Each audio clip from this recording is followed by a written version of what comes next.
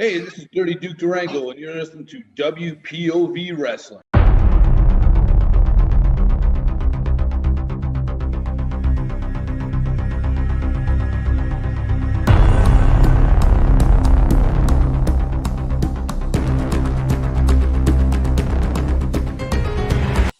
Ho, ho, ho. Jingle bells, Andy smells. Look at that hat. Welcome to another edition. Thomas laid an egg, if that's your idea of a joke. His name was Elio, and he popped right out there. Hey, guys. Welcome to another edition. What's going on? Another edition. What the hell is this show called? Oh, yeah. Definitely not comedy night with Thomas James Logan, I'll tell you that. Definitely not. Definitely not. Well, you know what, guys? Welcome to another edition of Global. I just had to throw it out there because I pretty much knew that Andy would not guess that I was going to jump him on the first line of the thing. Just had to do that for him. Welcome to another edition of, we might as well sometimes call this AEW Express, but tonight we're heavy on the AEW, and we want to welcome you to Global. It's just a couple nights before Christmas as we're taping this. I'm with my Christmas buddies, looking at the Lone Wolf Andy Anderson, decked out in the Christmas hat gear, looking good. Ho, ho, ho. That is quite the long tail you got there. I'm guessing the girls are definitely leaving cookies at your... You know what I'm saying. Cookies, yeah. And a guy who has to sneak down your chimney just to take a peep, of course, we're talking about... The gentleman Elio Canella, who, by That's the not really way, gentlemanly of him. Well, it's already starting. Well, let's face it. We had his brother on quarantine recently, and the first thing I asked him is how much of a gentleman Elio was, and we heard right off the bat he ain't no gentleman. Yeah. So I'm not sure what that's all about. Elio, you might have to cage match your brother. I don't know what's going on here. The way you just put him over, I think he might more like the creeper Elio Canella. Apparently, I'm going to get my ass kicked in February at the Pontiac Silverdome. So yeah, and if you keep sliding down chimneys and taking peeps, someone's going to kick the crap out of you. Yeah, you won't make it to Pontiac Silverdome, brother. Oh my lord! So guys, tonight it's just a couple days before Christmas. Are we in the Christmas mood? Andy, you're looking all decked out, but are you all set? I'm just about there. I got a couple food items to pick up, the Christmas Eve. But other than that, I'm done. I'm wrapped. I'm good. I'm ready to rock and roll. All right. Elio, are you all set for the holiday season? We got the tree up. The house is decorated, so we're all ready. Yep. Well, I see a tree behind Andy.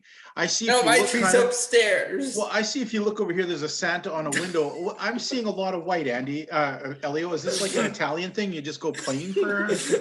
You always take when we move everything upstairs. It's more. Elio's dreaming of a white Christmas. Yeah, a very white Christmas. Yeah, this is my way to Wonderland back here. Now I have got to be curious here. I know what we planned this year for our Christmas Eve dinner. Andy, you sound like you're kind of plotting something else. Tell me what's your Christmas Eve dinner and what is Christmas dinner this year for you? Well, I've got a small family and I've immediate family, and then I've got my two girls. This year, because things are the way they are, I'm actually getting them on Christmas Eve, so that makes me extremely happy. Yeah, no kidding. Other than that, because I usually don't have them, and otherwise with just my parents, like Christmas Eve to me isn't traditionally a big deal. Okay. So this year, though, we're going to do just the girls like ham. So we're going to do some ham, throw in a couple vegetables. Just, there's three of us and they're small kids. So keeping it simple, although my youngest put it over today. She says, we're going to feast like the Grinch. Like the Grinch. Nice. And Christmas Eve, is a traditional turkey for you straight up for the day? For me? Yeah, for Christmas Day. No. No. I mean, back in the day when things were when we celebrated more, it was the turkey. But over the past couple of years, just with the way, not even saying like COVID, but just with the way things are and things being small, sometimes it was turkey, sometimes it was ham. It just depends. Just depends. Okay, fair enough. Okay, Elio, what does your family do for Christmas Eve? What kind of meal are you gonna get? Does it mean anything, or because some people it really doesn't mean a thing? No, Christmas Eve is just the same thing we do every year. My dad goes and buys to buy fish, and we have fish on Christmas Eve. Then between Christmas Eve and Christmas Day, he always finds a way to sneak pasta into the lunch or dinner. Yeah. Okay. So- And is it turkey? Is it turkey on Christmas Day? We don't really have turkey. That Okay. is Christmas. Yeah. We don't Well, I really mean, have the turkey. traditional Italian thing, that's usually like the Yeah. fish, right? Like that's Yeah. Very Catholic Italian. So I know for us, ever since we have a boy in our life now for the last couple of years, and I know my wife says to me, she wanted for Christmas Eve, she wanted me to go out and get a bunch of appetizer stuff, little finger food things. I picked up this really cool cheese. We like to have some cheese, a charcuterie board. Yeah. We'll do that kind of thing, and of course. Anyone who knows me knows that I get every chance to cook a turkey when I can. I'm the king of turkeys. I can cook it. I can make you an amazing. I believe that. turkey. I believe you're the king of turkey. Oh. Well, I hang out with you. Being a chef for a long time, turkey is one of the things I've learned to cook for many years. I love it, but I got to tell you guys a little secret that my family always laughs about. They love that I make turkey. I'm in it for the turkey. Okay, I'm in it for the bones because the next day I make turkey soup that kicks ass for 3 days. Cream of turkey at my house for 3 days afterwards. So we're looking forward to that. It's going to be a really nice traditional Christmas. My boy is excited. And I don't know, Andy, do you have to play this game? I might be going to hell here, okay? I might be going to hell. My boy has been every time he misbehaves, my wife took her phone, her iPhone, and she put on my phone number and she put a picture of Santa and the name Santa. So every time that he starts fucking around, she dials up that number and goes, "Hello, Santa." Yeah, and she shows him because he's like, "Let me see the phone," and then he sees it's Santa and he like starts losing his shit. Right? I'm so sorry, Santa. Right? So I'll go up into the closet upstairs and be like, "Oh, ho, ho, you better be eating your vegetables. I don't want to put you on the bad list." Yeah. Yeah. I'm probably gonna go to hell, but at least he's eating his supper. Okay. It's a struggle for this kid to eat his vegetables in a supper. So a guy's got to do what a guy's got to do. Thankfully, my daughters are well behaved enough. I think there's only been like once or twice where it's like, "Oh, you don't want to be on Santa's naughty list," and that's it, and it's good. Oh yeah, I got to phone. We're not phoning anybody. Yeah, there's no phone, no FaceTime. We got to go the full. We got to go the full bit to get this guy. He is like, "Let me see the phone. Who are you calling?" He wants to know the number. He's like, he's a little too crafty. Let's just say crafty. So you know what, guys? Wrestling is still going on. There's been this fundamental change over probably the last 30 years, because before there was all this internet and television, Christmas used to be the big draw-in for wrestling. People used to use Christmas as the time you go in and you see the big show, Christmas Eve, Christmas Day, whatever. Yeah.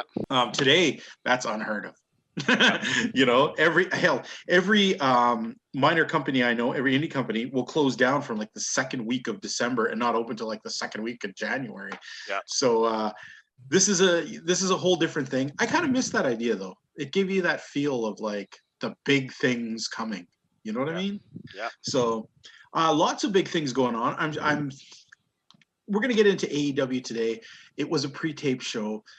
Some jerk sent me the spoilers, but I didn't read them. Well, yes, I did read them, but I totally forgot about them the next day. I know Elio was like, "No, I ain't gonna read them." I'm not sure how Andy reacted to all the whole thing. I'll ask him later. But you know what? Actually, it's funny because I read that. I read them and I was the jerk in question, and I promptly forgot. So so did I. Tuning in today's show, I'm like, I was trying to remember, like, was there anything memorable that? Yes, was there something I should remember about this? And it's funny because I read SmackDown spoilers for Christmas Day, and I mean, there's more memorable stuff there than there is for this, and that's why I like watching the show tonight, even though it was pre-taped, even though I had read the spoilers several days earlier, it was still like a live show because I couldn't remember what big thing was going to stand out. Well, you know what? We'll get into the whole AEW spiel. Kind of undecided right now. I'm going to talk with you guys, see maybe you guys can change my opinion either way, because I'm kind of on the offense of how I felt about what tonight's overall show was like. There were some good things, there were some bad things, and there was a lot of middle of the road things. So I guess we'll go over that. We'll sift through that with you folks. We'll go and do our deep dive and figure out what AEW is all about. But let's talk a bit about, now I know Andy's probably going to go eye glazed on this section of the thing. We're quickly going to go over New Japan's Wrestle Kingdom. And but you know what? We're going to force Andy to watch the 2 nights of Wrestle Kingdom because we need to talk about Wrestle Kingdom. It is the one biggest indie event of the year, and it's the only one that we definitely, besides AEW, make sure that we talk about because it is where the culmination of all of New Japan stuff has gone for the year. All right. So first of all, we're going to dig in over to Elio. Elio, do you have the listings, first of all, for night 1? It's a 2-night again, like last year. And what is the date? What is the date on that? It's like the 2nd? January 2nd? It is January 4th and 5th. 4th, 5th. Yeah, they usually do it just the first weekend after. You know what? Depending with the Japanese time and stuff, I may not be able to because I will probably be working. Oh, dude, no, nobody watches this live. I don't expect we watch any it of us to we have a website that we use. Yeah, Okay. we don't watch it live because it's like it'll be playing at 3 or 4 in the morning. Yeah. Oh no, It's not worth and the that time. I know Yeah. because I know people in the Yeah. past that have done that where Me and Elio spent one summer watching every live freaking. PWA Audio Man, Big Bad Boris. I know the past couple of years because he's even invited me. It's like, okay, well, and I would usually work New Year's Eve, and it's like, okay, well, when things are shut down, if you can come out, and by then I'm usually too tired anyways. Yeah. So I would never see it. But No, dude, we're gonna do a report about it, but we're gonna make sure that it's a day or 2 after it, so that we get to watch and digest it in and look at it. And luckily this year, because of COVID, yes, it's 2 nights. But it's probably not going to be as much as the 1-night spectacular when they have everybody there because there's not going to be a whole bunch of Young Lions matches and whatnot. Right. New Japan this year has trimmed down its card quite a bit. So instead of the 5-6 hour marathon matches that we'd see at big events, it's like a 3-hour thing. So that's not as bad. But okay, Elio, let's take a look. What do we got for night 1? So do you have Yeah, no, I have both nights for me. I'm just looking at they have one match on the kickoff show, the pre-show. There's a pre-show? Okay. Yeah. What do they got? It's the New Japan Rambo 22-man battle royal. Yeah, no one gives a fuck about that. Yeah. That is just a pretty much useless throwaway match. The first one I have on here is Hiromu Takahashi versus El Phantasmo. Interesting. This is a match where just recently, we had the New Japan Cup in Japan with all the mid-heavyweights, and we also had the J Cup going on where there was a bunch of guest guys across North America. El Phantasmo from British Columbia was the winner of the J Cup, and the returning Hiromu Takahashi winning the New Japan Cup. So these 2 guys will face each other this night. I believe the winner of this match will get a shot against the junior heavyweight champion for New Japan, who I think it's Takahashi. Who is it right now? Sorry. I can't remember his name. The guy from Bullet Club, the Bone Soldier is the current Ishimori. Ishimori. Okay. So this will be a very interesting thing. I really think this year we're going to see a push more so for El Phantasmo. It seems like he's really been kind of, when they could use him, I mean, COVID is really throwing a wrench into his career because had he had more access into Japan, I'm pretty sure he would have been doing a lot more. He's a pretty exciting guy. You cannot turn it on and see, like, you'll see fans, and you got to see the fans are wearing his crazy glasses. Like his gimmick thing is he wears these rave glasses that light up, and they sell tons of those. You'll see them all lit up through the thing. Right. Yeah. His style is a lot of fun, a lot of crazy rope walking. A lot of it is a little bit like, well, why doesn't somebody just pull him off the rope kind of deal? But he cheats a hell of a lot, and he really cheated his way to I like that. Yeah, no, I mean, yeah, you're gonna love that part of him. This is a tough one. Takahashi coming back after that severe neck injury that he had that had him out for a year, has just been wrestling this year. He was really derailed there. He was the champion who they actually had thought about maybe moving him up to the heavyweight rankings and giving him more of a push, taking a horrendous neck injury. When you see this thing, Andy, man, it makes your eyes just cringe. He took a solid slam to his neck on the cement, and it was not good. Yeah. So this is a tough one, but boy, the more I talk about it, I think I'm going to have to go with Hiromu now. I've talked myself out of El Phantasmo. What are you thinking on this one, Elio?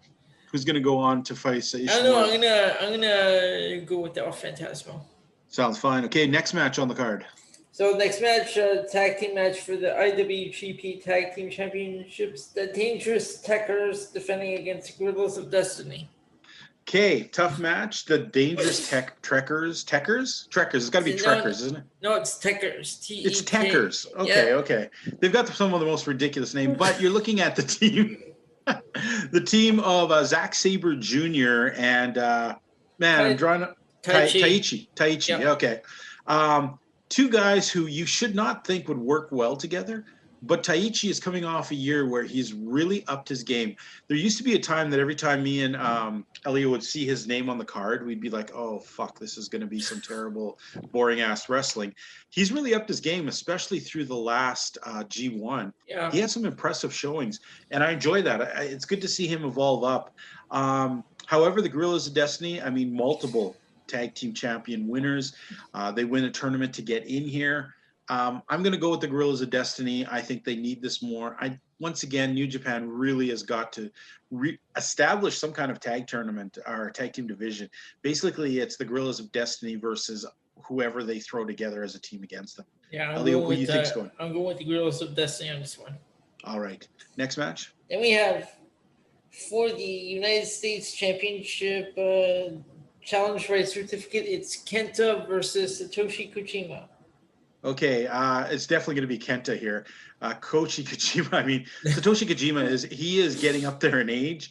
Yeah. We don't see him wrestle. Sometimes he wrestles with Tenzon, and it's almost painful to watch Tenzon move around the ring these days. Kojima still looks good. He has that incredible slapping crap he does to you in the middle of the ring, where he stands there and slaps the crap out of you for like 20 slaps while he like goes insane into epilepsy or something like that. But he's a fun guy. But let's face it, Kenta right now, he has got a lot to prove. He has this thing, and, you know, the U.S. champion is still John Moxley. And Moxley has not been around since he lost that belt. And this is just enough time for him to go through quarantine and to show up for this. I think somehow he's going to make it, maybe not on first night, but I think we'll definitely see John Moxley. He is the champion. I don't think he's going to drop the belt that quick. And I think that AEW and New Japan still want to create some kind of synergy there. So I'm going to go with Kenta on this one. I'll go with Kenta as well. Okay.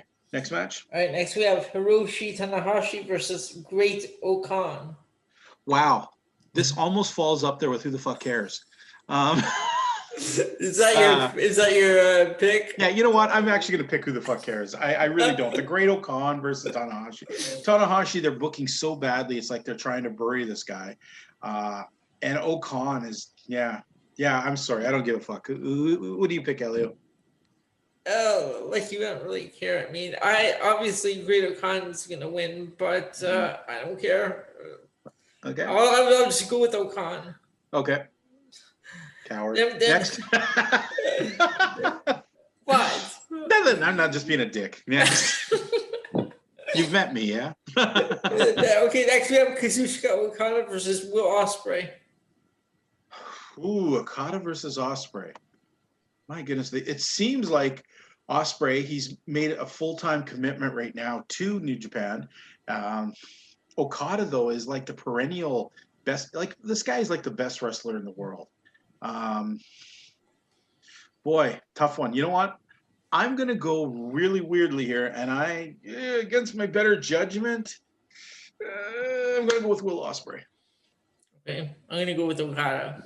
Ooh. All right, next. And then we have the last final match for night one. We have Tetsuya Naito versus Kota Ibushi for both the heavyweight and Intercontinental Championship. Ooh.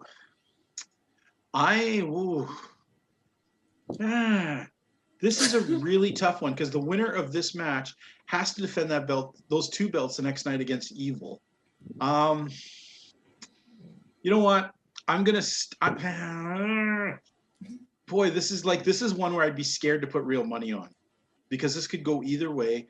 Kota Ibushi has also signed on for a long-term contract with New Japan, which she hasn't done for many years.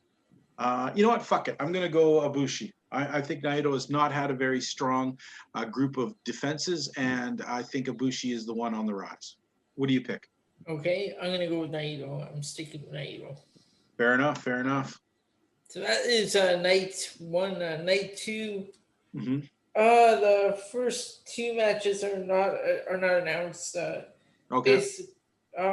So the second match on the main show, we have Suzuki-gun, El Desperado, and Yoshinobu Kanemaru versus Taguchi Japan, Reisuke Taguchi and Master Wato. Okay, that's a pretty easy call. I think I'm going to go with El Desperado and Kanemaru here. Yep. Come on, we see Taguchi. He's okay. Taguchi, he really rises up in mid-heavyweight tournaments. He has good things when he's on himself. As a tag team, he's strictly comedy, it seems. I mean, He does all the coach crap. And Master Wato is another kind of, I don't know what to think of this guy. I don't think they're packaging him as anything of as a real threat. If anything, he's a bit of a joke. So I'm gonna go. I'm sorry, Master Wato doesn't even sound. Yeah, it's you have to even, dude. You have to see this guy. I mean, Google Master Wato and take a look at him. And he's a young lion who's gone away for a year, and now this is his return, and this is his first gimmick. Same as the Great Okan, which is another ridiculous name and kind of dumb look. Master Wato. Yeah. Wow. Okay. Who are you gonna go with this on, Andy? Or sorry, on Rick. Rick. Wow. Past your bedtime. Have another another Guinness blonde. No, I'm going with Desperado. He has blue hair? Yes. Yes, he does. Ooh, he looks like a wizard. That's the whole Master Wato thing. It's terrible. I'm going with Kanemaru and Desperado. But you have so much in common with Master Wato. What? I have blue hair. Yeah, are you watching that, Andy? Are you getting a good No, look? I'm actually just trying to see. Okay, no, it's not the same guy. Okay. No, I just wondered. I was going to say there might have been a connection here, but nope, never mind. Okay. Moving on. Okay, next two matches I'm looking forward to. The first one we have is for the never open weight, Shingo Takagi versus Jeff Cobb. Great matchup there. Whoo, Takagi and Cobb. Yeah. Two big guys who are going to kick the shit out of each other. I'm going to go with Shingo here, even though Jeff Cobb, you're been a long time, favorite of the show. You've even been on the show. Oh man, I got to say though, Shingo Takagi is looking good right now. I'm going to go with Takagi. Yeah, I'll go with Takagi as well. Okay. And next one we have Evil versus Sonata. Evil versus Sonata. We've seen this match a gazillion times. We saw it on G1. I'm going to go with Sonata. I'm thinking that one as well. No, I thought Evil was in the main event. Actually, the main... apparently not, because they have another one in the main event. It's one of the two guys who win the first night against two. It's either Tetsuya Naito or Kota Ibushi versus Jay White. Oh, it's Jay White. Okay, I screwed that up, fans. I said it was Evil. Boy, it better not be Jay White. Oh my God, is he pain? He's starting to get to me to the point where he's like X-Pac. Like, he is so frustrating to watch. It's all stalling tactics. Especially with Gato in this corner. And Gato jumping in and out. God, I really hope. I'm going to pick Ibushi winning over him in this because I picked Ibushi to win the first night. Okay. I think Ibushi is going to win the second night against Jay White. Okay, and the one that was before that is Ishimori versus Hiromu Takahashi or El Phantasmo. I think it's going to be Hiromu, and I think Hiromu's going to win the belt. Okay. And your pick? I'll stick with El Phantasmo on that one. Now, where is Suzuki in all of this? I don't see Suzuki's not in any of the night 1 or 2? No. Wow. Unless maybe he's going to win one of the kickoffs. I don't know. Maybe he's going to win the battle royal. It just seems like Suzuki is a guy. I mean, you don't have a lot of years left in this dude. Like he still is pretty exciting. I'm not sure what this is. Apparently it says the winner this match is to determine who will challenge for the provisional KOPW 2021 trophy. Okay, who knows what the fuck that is? All right, so we got folks coming up. We'll be watching the G1. It's the reset of all of the year. It'll be interesting. Now, let's take a look at what there was a question that popped up over on WPOV Wrestling, and I want to ask you guys about this. And it was they sent out a question amongst themselves, and they were curious to what we said. Is when it comes to the whole is somebody overrated or underrated? They wanted to know about Hikaru Shida. Is she overrated or underrated? And I want to start off with Andy. Andy, do you find that she's overrated or underrated?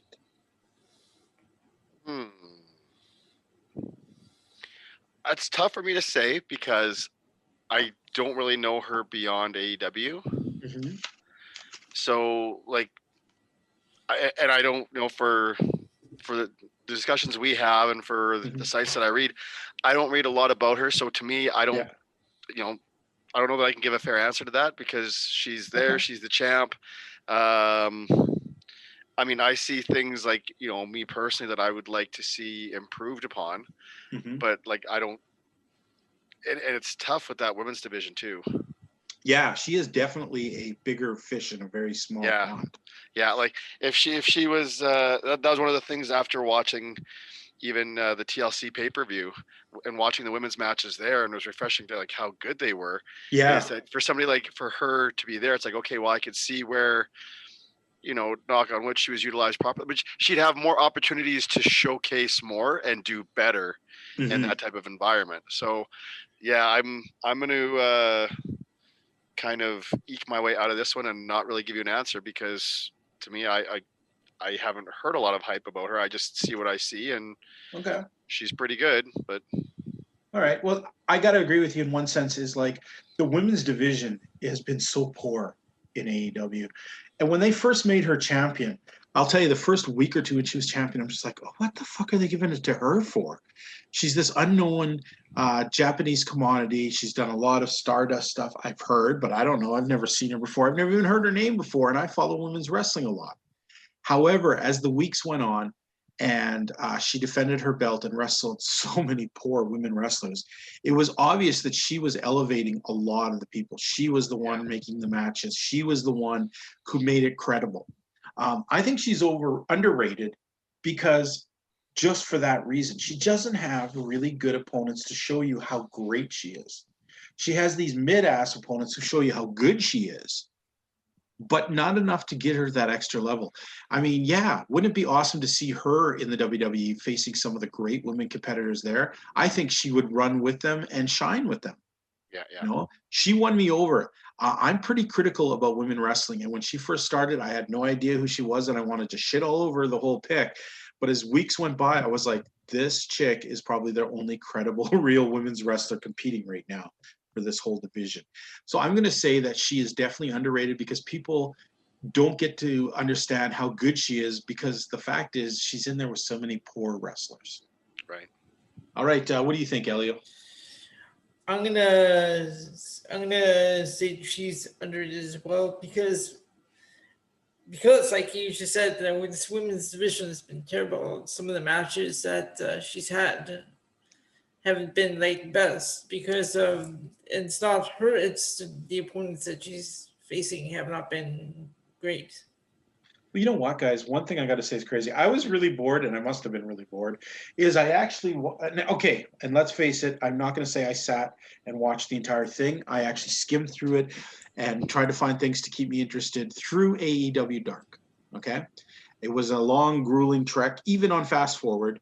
But one of the things I got to say is it's slightly frustrating when you see how many actual good and upcoming women wrestlers they do have on the roster to what you see on the main event roster. And it's just like, what the hell's going on here? Like there are why for every really good wrestler you show me that maybe she's new or maybe she's up and coming, and then I get stuck with Nyla Rose or somebody like Red Velvet or, you know what I mean? Like Jade, whatever her face is. Oh God. Thank God. We haven't even seen her wrestle yet, have we? Oh, no, I mean, I don't think so. So I'm going to say, I watched that and I was very surprised, and we'll go over, maybe I'll just bring it up when we actually get to the match of who Shida faced this night.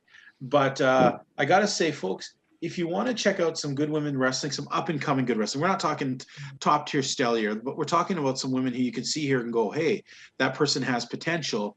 Check out some of AEW Dark. Skim through it. You know, nobody has that much time in their life to waste watching all that garbage. But there are some interesting fellows, and there's even one or two fellows in there that there was some like Man of Steel dude who picked up a guy, suplexed him, And you know how you do the slingshot suplex? Yep. He did it on all 4 ropes. He was never letting the guy down. Boom, picked him up. There's to the only next rope. 3 Boom, ropes. picked him up. All 4 ropes. No, there's 4 ropes. Like off the top, off of each I see. thing. Yeah, Side. boom, Offside. boom, Yeah. boom, walked around. He never dropped the guy or put him down, Oh, and he wow. wasn't some big muscular Brian Cage Interesting. kind of dude. Oh, I was just like, holy crap, that dude must have some pretty good strength to do that. So, but he had himself called himself Man of Steel or something stupid. It was kind of funny because they were making fun of it. The announcers were kind of Great. Make fun mocking of the it. talent. That's gonna help get it over. Yeah, no kidding, eh? And speaking about getting over, I've got a question here. I'm going to throw out one more question since we didn't really have any questions.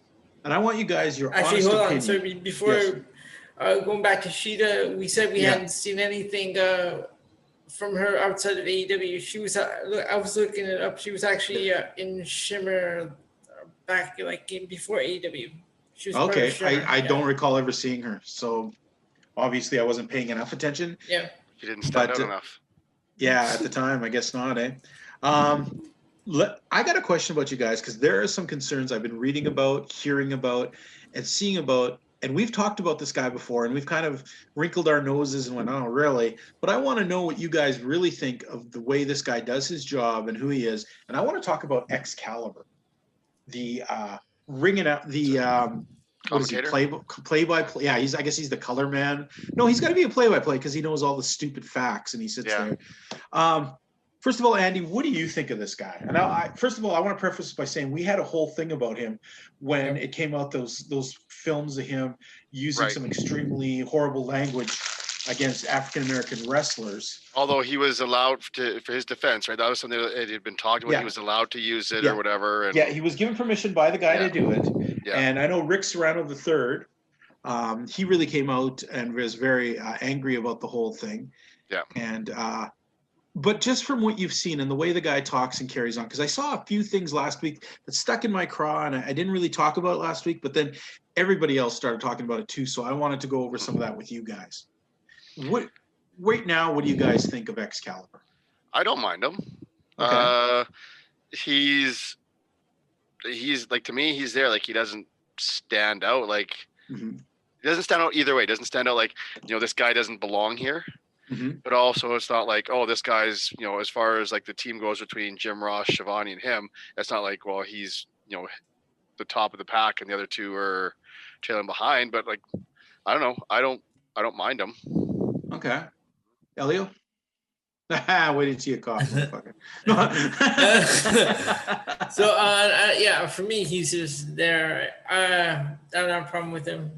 Okay. He's Well, now just I'm going to there. bring up two little incidents that happened last week that you guys may or may not have caught, or maybe you just forgot about it. Okay. The first incident happened when the main event last week with Kenny fighting Joey Janela.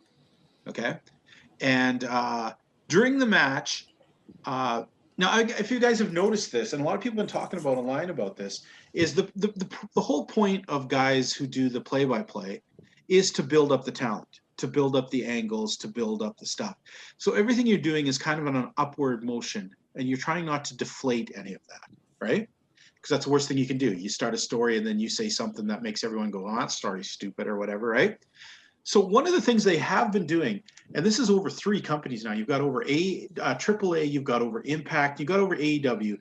They've talked nothing except about how the one-winged angel is this superpower move that nobody kicks out of. When Kenny puts that move on, bam, that's it, right? And the reason they're doing this is because someday somebody is going to kick out of it and make it a massive move. So that makes sense, right, Andy? You've seen that. You build up that move, right? You build something up, yep. Right. Did you catch last week how they talked about the one-wing angel, and then really out of the corner of his mouth, Excalibur says, well, Kota Ibushi kicked out of it once.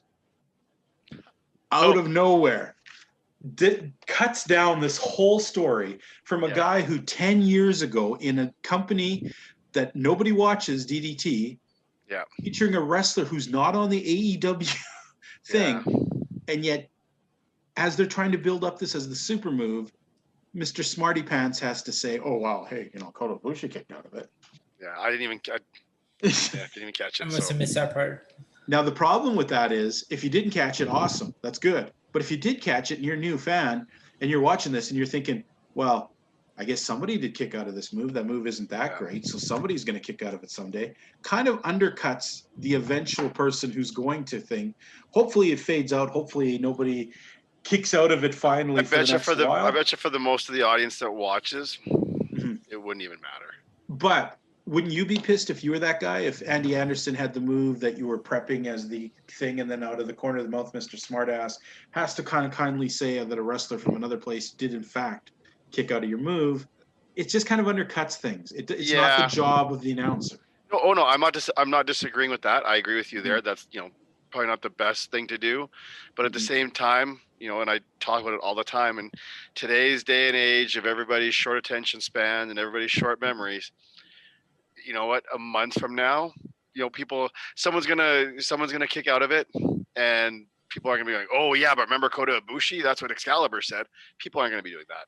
You'd hope, but I can guarantee you guys like me and Elio will remember that. Yeah, but you know what? Even if we didn't cover this, I used to remember stuff like that. When an announcer would say something, later on happened, it would kick back to me. And this is way before I ever did any like analysis or any of these things. I'd be like, hey, didn't that guy once say, For me, to keep it real, I have to keep the whole dialogue real, right? Again, I'm not disagreeing with that, but I'm just saying for the most of the viewers, it probably, the time it happens, it's still gonna be a big deal. Yes, it's not gonna be any less of a deal. Oh no, it's not. There's no hope. It'll be built up in a match. So when it happens, whoever does it, it's still gonna be, oh, I can't believe he kicked out. And people, it's not gonna be, oh well, yeah, he kicked out, but Kota Ibushi did that. That's not gonna happen.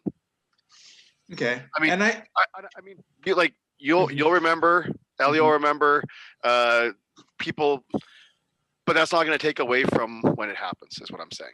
Okay, that's fair enough. I guess I just find that it's frustrating enough that you have a guy who doesn't seem to like push things enough. Yeah.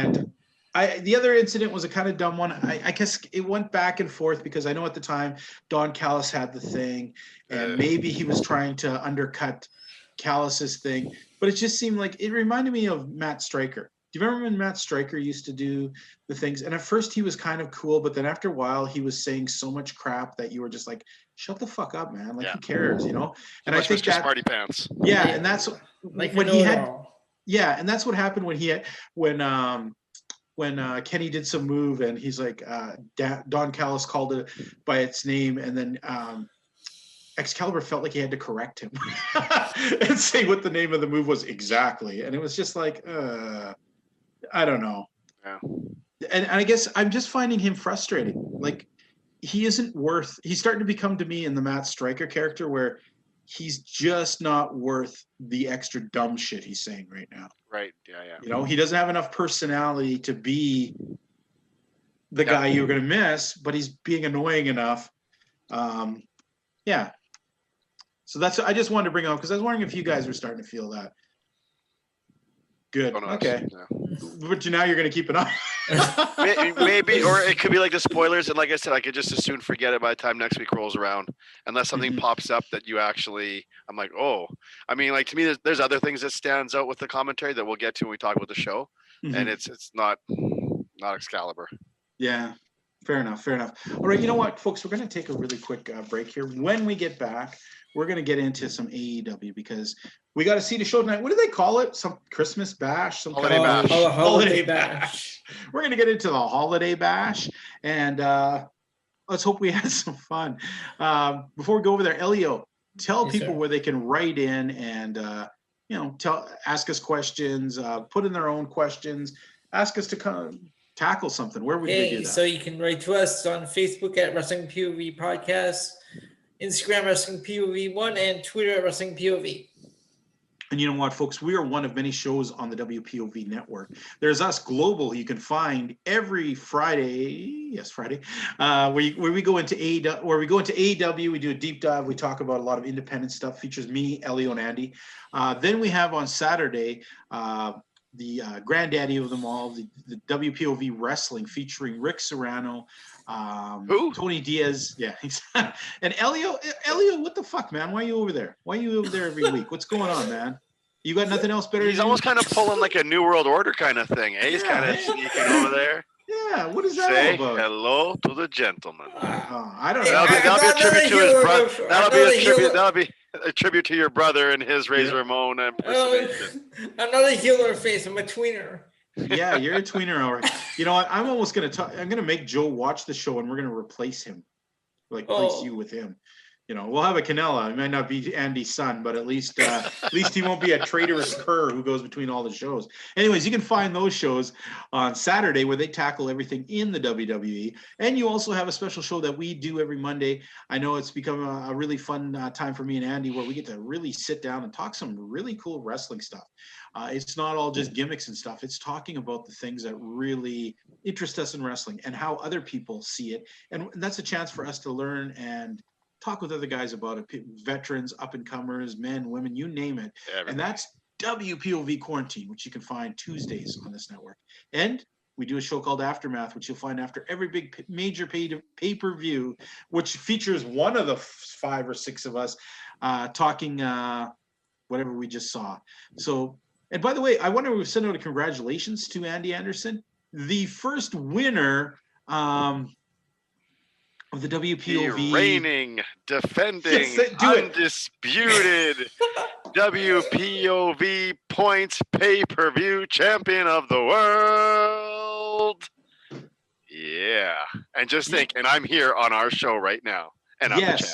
Yes, and you know what? I love it because if I have to hear Rick Serrano III bitch on about how he's so fucking great with this game, I'd rather the Canadian boy, Andy Anderson. Right, exactly. Good job, Andy. Yeah, I unfortunately he's gone from first to worst. I unfortunately came in second last place. So you weren't trying though. Yeah, I was like, I'm not very good at this game. I've never come close to anything in this game. So Elio was cheated, I believe, once or twice to win. Good for him. Yeah, but it's good to see a real player, and I want to say, good on you, Andy. It's good to see a real player who doesn't have to resort to cheating to get there. Right. Well, folks, we're going to come back after Andy takes my nose out of his ass, and we're going to talk some AEW wrestling. This is Flip Gordon, and you are listening to Wrestling POV Podcast. Hey, folks, we are back, and we are ready to jump into AEW wrestling. Dynamite! And today we have the Holiday Bash. The Holiday Bash. First of all, who likes the name Holiday Bash? Thumbs up or down? Or is it just generic? Yeah, it's generic. Generic. What are you going to call it? I don't know. At least they didn't name it after a Def Leppard album. Yeah. Wow. There's a barb out there for somebody who knows that. Yep. All right. So we start off, and this is funny because before we get into this match, Rick Serrano actually texted me and asked me, why the hell are these guys having wrestling each other? But Chris Jericho and MJF with Jake Hager taking on Top Flight. All right, Elio, why don't you start us off? What did you think of this match? This was a good opening match for me. Like I said on past episodes, I like Top Flight. It was just a good opening match. The ending after we had a Jake Hager grabbing the mic. Mm-hmm. Yeah, calling out Wardlow. Calling out Wardlow. Yeah. So apparently there's a match next week because Wardlow wasn't there. But a lot of fast moves here. And it makes sense to you. Good opening match. Yeah, good opening match. Okay. Like a better than Acclaimed. Okay. There you go. Similar sentiments. I thought it was a good opener. And I messaged. I sent this message during the show. I said for a lot of the newer teams that are out there, Top Flight's one of the ones that I'm more invested open to. Yeah. And for young kids to be in there with especially with Jericho and MJF, I thought it was a solid match. Right team won, and I liked the little post-match thing there with Hager and calling out Wardlow and not too soon. No, I mean, you know what? At this point, it's like, to me, it's like everything's been dragging. Yeah. Who knows what the hell's going on? So I mean, and maybe that's on us for just assuming that as soon as things happened, they were going to fall apart. And we're waiting, and it's like, okay, you know what? I'm kind of giving up on that. I'm just trying to get more at face value, and it's like, okay, well, obviously there's still a little tension here, and we saw that the last time they had their big town hall meeting or whatever, their big thing about, the two of them kind of standing off, opposite sides, kind of. Well, I can stop looking if you can stop that whole thing, whatever. But so it'll be interesting to see. But good start to the show. Okay. You guys have gone over most of it. My little notes say, I like the smooth way that Top Flight works together. I don't know if that's a brother thing, but obviously they're so on the same page all the time with their moves. I watched this with my wife, which she never watches it, but because of the late start, she was sitting in the living room, and she looks at me and she goes, "Oh my God, Chris Jericho has got like dad bod shape." Like no matter how much he works out, he ain't changing. He looks like a paunchy dad up there. Unfortunately, like it's just, and you guys know, like I talk about that on a regular basis. Like he didn't look too bad today, but overall, it's like he doesn't, like, to me, just doesn't feel like, it's gonna sound weird, but it doesn't feel like he looks healthy. Yeah, and it's sort of funny because I said to her, "What if he put on like one arm singlet like Andre the Giant?" And she's like, "Well, then he'd have a tit hanging out." And I was like, "Okay, I'm not sure what we're gonna do." Then he'd be like a lot of women that wake up in the morning when they don't, they sleep without a bra and. There was one point there was one thing that really grabbed my attention in this ring, and when it happened, at first second, when you're watching stuff and you see something, you go, "Oh shit!" But then they turn it around and you go, "Oh, okay." And that was when there was a sequence in there where MJF and one of the Top Flight guys, they started doing that thing where you bounce off the other like ropes and you don't quite come at each other yet. You just kind of run to the center, run to the, and then it was sort of funny because MJF just stopped. And I'm like, oh, is he just waiting for the move? But instead, he grabbed him and power slammed him down to end the move. And I was like, fuck yeah, that made sense. Yeah, that looked good. Makes sense. That looked good. At first, if he hadn't done that, if he had just stood there and took the move like a hurricanrana, which I thought was going to happen, I would have been like, really? Yeah. But no, it looked good. MJF made it look pretty good. I also give props to some weird ass kind of tandem move and we see tandem moves a lot, but they usually look so contrived. Like, when Private Party does that dumb thing like they tried to do with Matt Hardy where they go over the rope and do that kind of rope they kind of roll on the back of the guy behind him and then they roll back and do the move. It looks so contrived because it takes a long time to do and it looks too smooth. And I kind of don't like that, and I see that a lot. But they did this kind of move where one of them sunset flipped one while the other one jumped over the top rope and flipped on the guy from it, and it looked good because it wasn't picture perfect. It looked like a guy who went over and went, "Okay, I'm doing the best of this." That's some really good wrestling. That makes it look good. It's not your choreographed. Unfortunately, I don't want to get on their case. I know Andy will, but the Young Bucks sometimes tend to have a lot of, it's like dance moves they practiced all week before they went out there. So I'm going to say it was a good match. I like to see Jake Hager finally doing something. Because let's face it, he's done a hell of a lot of nothing the whole time he's been in the, in the inner circle. So this was good. And I kind of didn't think him and Wardlow would be the ones to start off this fight at each other, to be honest. All right. Next, Andy, what did you think about the Acclaimed music video? You know what? Yeah. I didn't mind it. Okay. I honestly didn't mind it. It wasn't as horrible as the first week, yeah. No, it wasn't. And it was kind of, I want to say it was smart. I'm trying to think of like how I can. It was smart. Yeah. But you know what? It entertained me. It chuckled. Like I was chuckling because I'm watching this. I'm like, oh no. And I'm like, okay, yeah, all right. And even the production with the video and stuff wasn't bad. Like the whole buck hunting thing and like, they got me on this one. I was entertained. I gotta say so too, because it was like, okay, the guy can rap, because man, I sure didn't get that the first week. It was so painful when he came out.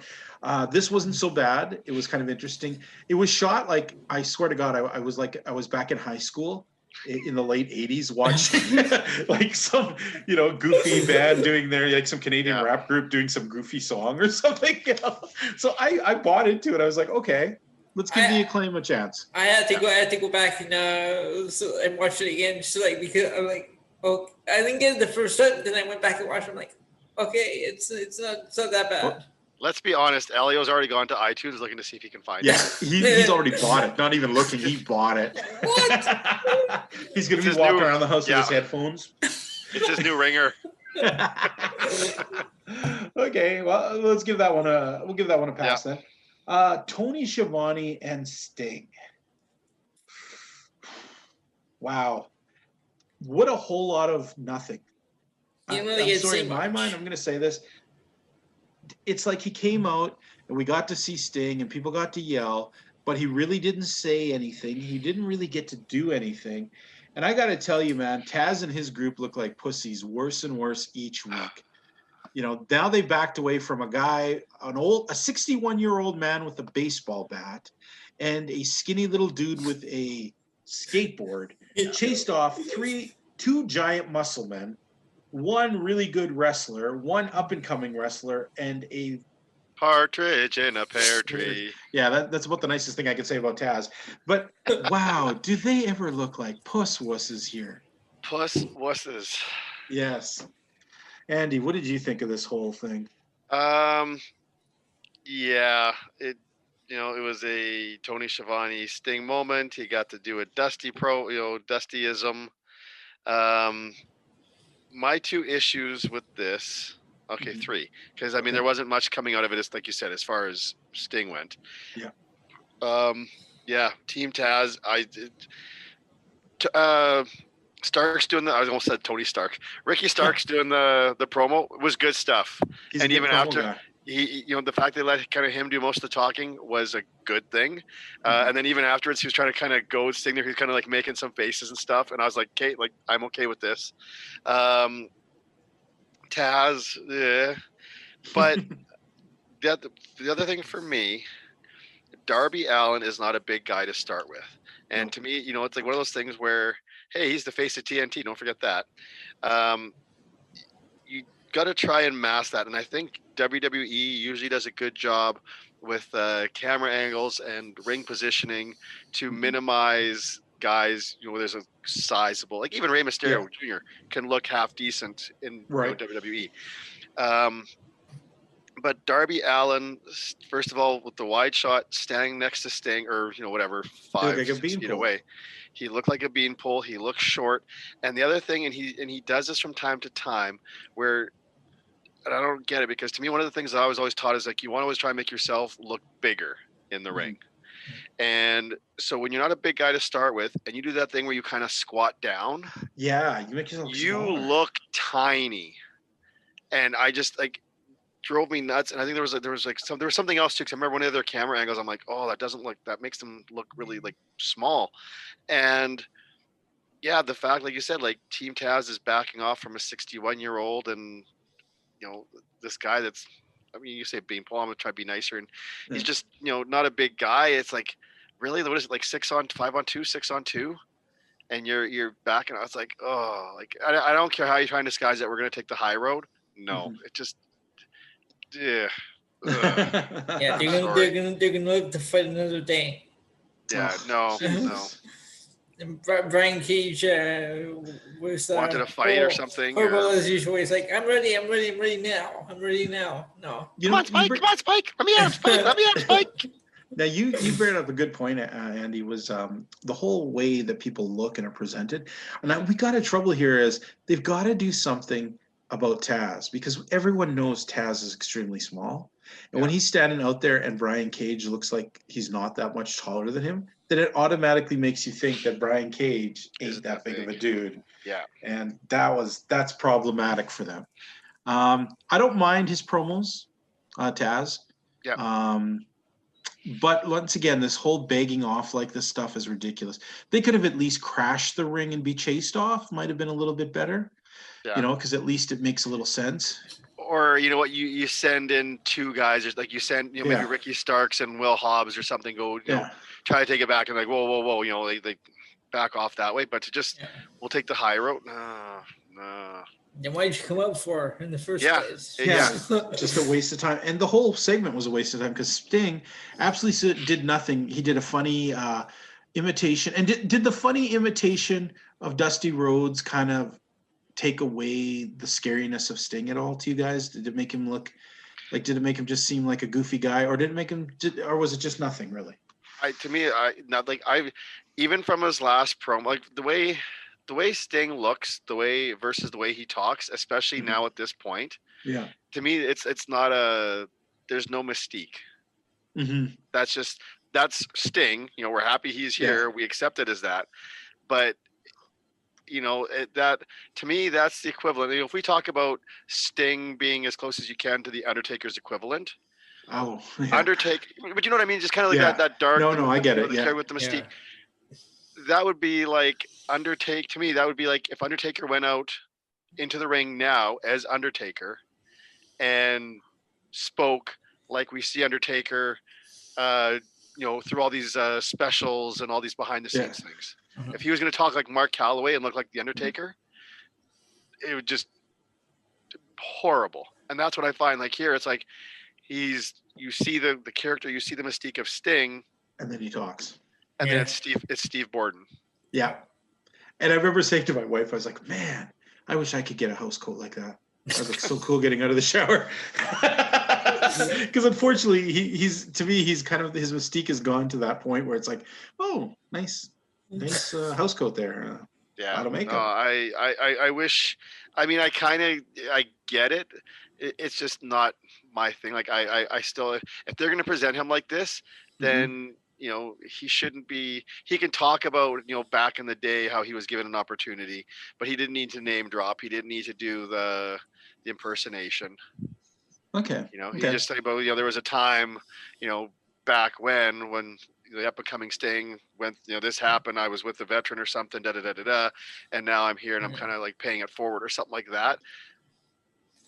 That would have been to me more digestible and more meaningful than name drop. I mean, promo and if he had just came out and talked as Sting about how Dusty had been in there instead of doing the whole. I mean, for 2 seconds it was cool to hear him talk like that. Yeah, but at the end it took away any mystique. Yeah, and it took away such mystique of Sting again. Yeah, once again, for me, I'm starting to feel like Sting is just Steve Borden dressing up and coming out with a baseball bat every week. It's not Sting anymore. Yeah. And I don't know if they'll be able to get that back for me, which means it's going to be like, diminishing returns. The more he comes out, because they're going to use him. Yep. And the more that he does this, the less people are going to have any kind of mystique for Sting. Yeah. What's going to happen next week? We're going to have Sting out again. Sting, you didn't really get to finish telling us what happened from last week. So let's try again this week. And in 3 weeks, it'll be like, Sting, tell us about what catering is like in the back, because you've been to some pretty cool caterings. How was this catering, Sting? Well, I don't want to give that away right now, but I'll tell you. Darby Allin likes the catering. I don't believe that. Darby Allin doesn't look like he eats at the catering. No, come on. After last week, guys, as soon as I seen Darby Allin, I went, I like turtles. I could not stop laughing when I saw it. That's true. That's still one of the best things AEW has done and Team Tazz has done. Yeah, Tazz really, that's horrible. He's taken away so much mystique if you watch the internet and never saw that I like turtles. Sorry, too much. Okay, then we switch to some very serious thing. And it's a hard one because is there a punchline later for this? But MJF goes to the back. He says, okay, I have to do this. And then he walks in and he talks about something real because that's why Santana had been gone for a little while. His grandfather had died. Comes in and does this very heartfelt, thing. I'm not sure what we're supposed to take away from that or what we were supposed to take away from that. Yeah, I didn't get that. Is it trying to tell us that MJF is very serious about his care for the inner circle, though every week he tends to act like he doesn't really care about them? It was even at the end, I was waiting, is he going to give some wink, which I thought would have been terrible, but at least it would have made sense. Yeah. Just a little bit of confusion for me on this one. Yeah. Yeah, I don't know. And that's the same thing as like, or is this supposed to be one of those things that's like for people like us that, we're second guessing the motives of MJF. Mm-hmm. Oh, well, he did this, so he must be on the level now. I don't know. The next match, guys, I'm going to tell you when I saw this, I said to my wife, I don't fucking care. And I skipped it till the very end. Because let's face it, who cares? Colt Cabana, who we never see anyways, teaming up with 5 and 10. I mean, we're talking about the lowest of the Dark Order against Jurassic Express, who are to me the lowest of the tag teams. I just did not give a crap either way who won this, what happened. I didn't think anything of any note was special. I'll talk about the interview afterwards, but I'm going to start off first with Elio. Elio, your impressions of this match, and did it mean anything or whatever? How did you feel watching this match? What did you Let's talk about the match. Okay, anytime Dark Order's in the ring, that's gonna be at my low point because the matches aren't really that great, but I was fine with this match. Like we were saying last week, well, Luchasaurus deleted the character, but like keep the wrestler and repackage him. Yep. Separate him out, break him off Jurassic Express, send him on a singles run. And I think he could do well, but this match wasn't bad. How about Colt? Is Colt meaning anything to you these days? Colt is just there. I don't care about Colt Cabana. All right, Andy? You know what? For what it was an all right match. You know what? You got to talk about Colt. Colt was good working with Marco Stutt. Just doing the kind of the big man, small man thing with him. Mhm. I appreciated that. So I give props to both of those guys on that. Yeah, Luchasaurus, it's time for the gimmick to go find him something else. And Now, do you think I was being unfair by skipping all this? well, there wasn't a whole heck of a lot to it. You weren't missing anything Yeah. pivotal. Yeah. That's what I figured was going to happen. Yeah. I didn't think I was going to miss anything. Yeah, but having said that, for what it was a decent match. Okay. And there was, obviously everybody worked hard, and I'm like, what's his name? Jungle Boy looked good. Mm-hmm. He usually does. Yep. So, and in Cole, you can say, oh, well, Cole was there, but he was there, but he was doing what Colt does, and it worked because at least story wise, kind of especially working a lot there with Marco, because he was doing this stuff where he's kind of not taking him seriously. He's kind of doing the chuckles and stuff, and Marco's outmaneuvering him and moving like one step ahead, and it was simple stuff, but it worked. And with that type of opponent, with Marco Stutt being a character like that, that's what you needed, and that delivered. So You're good with it? Okay, that's I'm cool. good with it. And I want to preface by saying also that I like Colt Cabana. I don't have a problem with him like some people do on our network who, the other show, those guys brutalize anything. They refuse to watch even when Colt Cabana's on a match. I like him. I always have. It's just I don't like him floating around the bottom of the card with the Dark Order. Oh wow, he got to team with 5 and 10. Right. I'm sorry, but that means absolutely nothing. Right. I mean, that's what I'm saying when I say I don't care, like, because it's this guy, he's better than hanging out with the Dark Order. See, but you guys say that, and this is where I look. When I often look at things, and I'll tell people, like, we can say what we like, but we don't like, but we don't know what's going on backstage. We don't know behind the scenes stuff. For all we know, that's why Colt was brought in, was to work with these guys. To be the ring general, to kind of help these guys along. So you might say, okay, well, he's not doing much, man. There's what's he doing there? That might be why. Maybe he's the one that pitched and said, hey, let me work with these guys. I don't need to have any big spot or anything like that. Okay. I can do this. Okay. Well, with that being said, in that vein, wouldn't it be nice if they had a secondary show where they could focus on Colt Cabana teaming with these nobodies to take them? Oh wait, isn't that called Dark? Oh. Anyways. Or maybe it'll be AEW Elevation in the new year. I've heard about that coming, yes.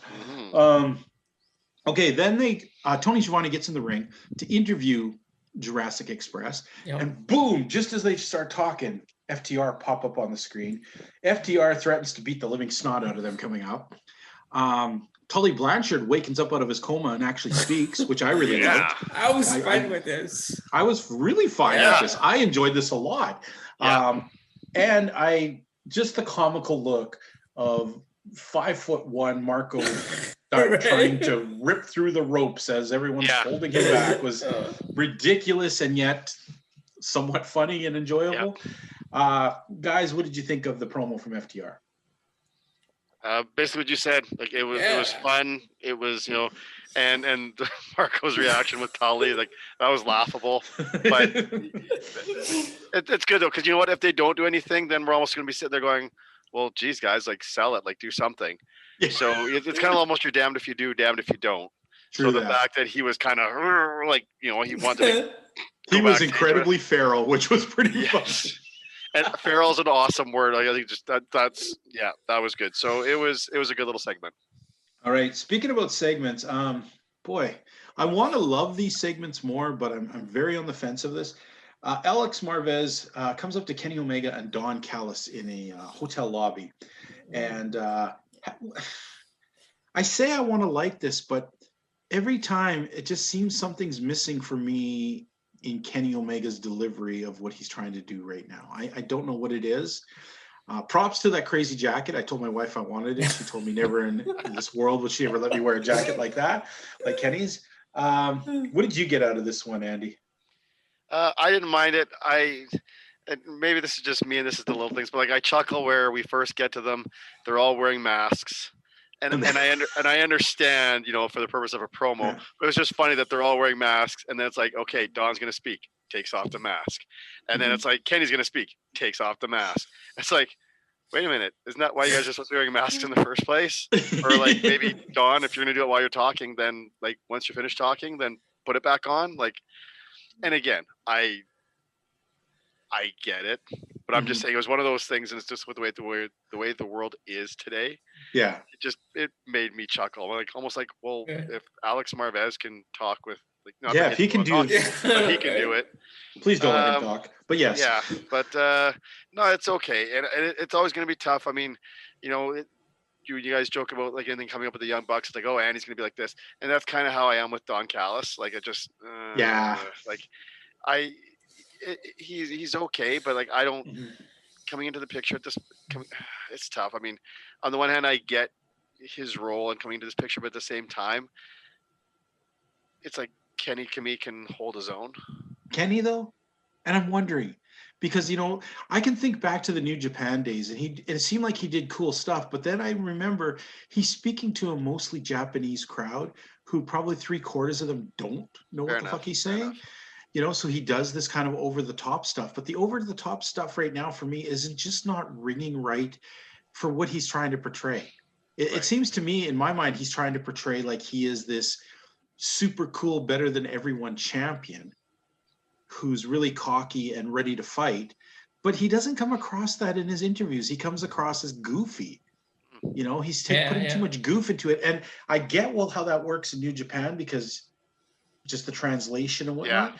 But it seems like in the American audience, it doesn't make him seem credibly tough whatsoever. And that bothers me because I want to see. I've seen Kenny Omega. I know the things he can do. I've enjoyed many, many matches. Me and Elio have seen great matches from this dude, but he's not filling me with that kind of confidence with what he's doing right now. And that for me is a bit of a thing. Elio, what would you think of that? No, I tell like what you just said. The comedy part of his promo was just make him look goofy. Like when he was doing with the telephone bit. Ring, ring, yeah. ring, ring. Yeah. You know what that reminded me of? I'm sorry. What? Maybe you guys will know this, and I mean for some listeners, maybe they'll pop. But that to me reminds me from I think it was the first WWF wrestling album when Jimmy Hart does "Eat Your Heart Out," Rick Springfield, and he's doing the ring, ring. Oh, hello, hey, Cindy Ann. No, this is it. Just. I'm sorry. I just like, the fact that Elio's still laughing. Thank you. So if anybody else gets that, thank you, because that's what it reminded me of. And this is what I wanted to say was, okay, remember when Ric Flair would come out? And Ric Flair would be loud and bombastic, and he would say stuff, but he seemed like a guy who was like, had this energy and went, okay, all right, I'm going to come after you, And you kind of like, okay, whether he runs away or not, Ric Flair is coming in with an anger, right? Yeah. It seems like Kenny Omega is like, la la la la la la la, I'm the champion and I'm going to da. Is he a champion or is he a Smurf?